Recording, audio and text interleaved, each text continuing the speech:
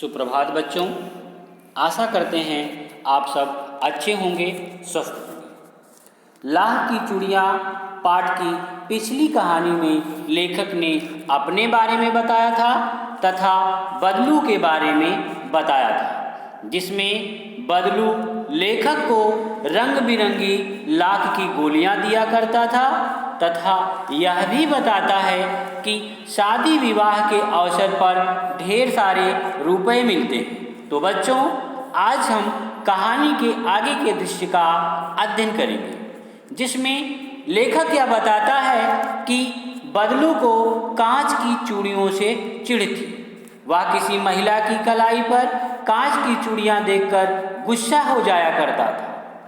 वह बचपन में लेखक से उसकी पढ़ाई के बारे में पूछता। लेखक उसे बताता है कि शहर में सभी औरतें कांच की चूड़ियां पहनती हैं।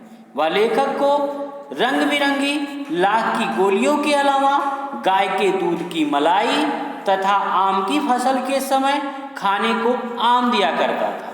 वह रोज ही उसके यहाँ से 2-4 आम खा आता। वह बहुधा हर गर्मी की छुट्टी में अपने मामा के यहाँ चला जाता और 1-आध महीने वहाँ रहकर स्कूल खुलने के समय वापस आ जाता। पिता की बदली दूर शहर में होने के कारण लेखक 8-10 वर्ष तक गांव ना जा सका। वह लगभग 10 साल के बाद गांव गया। अब बड़ा होने पर उसे इसमें कोई रुचि नहीं थी। लेखक ने देखा कि गांव की सभी स्त्रियां अब कांच की चूड़ियां पहनने लगी थी। एक दिन उसके मामा की लड़की फिसल कर गिर गई और कांच की चूड़ियों के चुभने से उसकी कलाई में घाव हो गया, जिसकी मरहम पट्टी लेखक को कराने स्वयं जाने पड़ा। इस घटना से लेखक को बदलू का ध्यान आ गया। वह बदलू से मिलने उसके घर गया। आज भी वह उसी नीम के पेड़ के नीचे चारपाई बिछाकर लेटा था।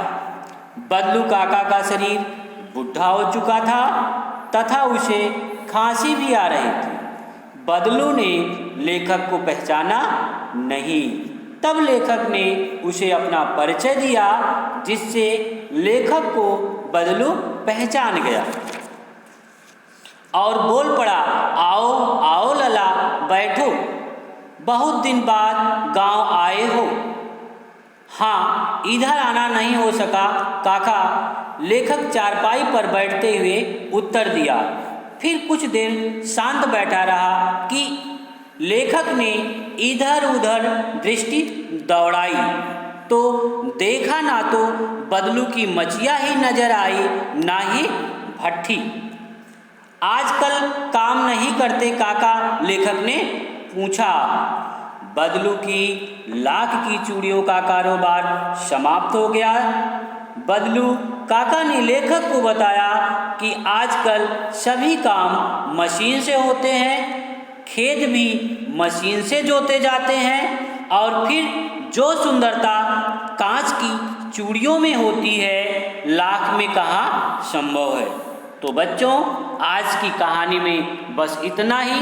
चलो देखते हैं कि आज आप लोगों ने क्या सीखा। बहुविकल्पी प्रश्न।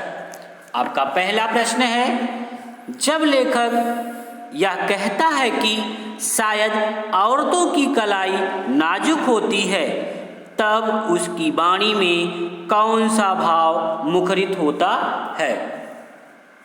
आपके विकल्प हैं का विनम्रता का, खा कटुता का, गा ईर्ष्या का, घा क्रोध का।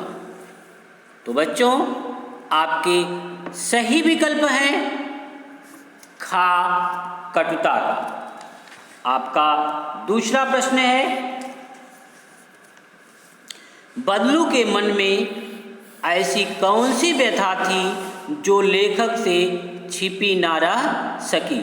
आपके विकल्प हैं का उसका पैतृक व्यवसाय समाप्त हो गया था, खा उसने नया व्यवसाय आरंभ कर दिया, गा उसकी आर्थिक स्थिति खराब हो गई, घा आधुनिक मशीन युग के कारण। आपके सही विकल्प है उसका पैतृक व्यवसाय समाप्त हो गया।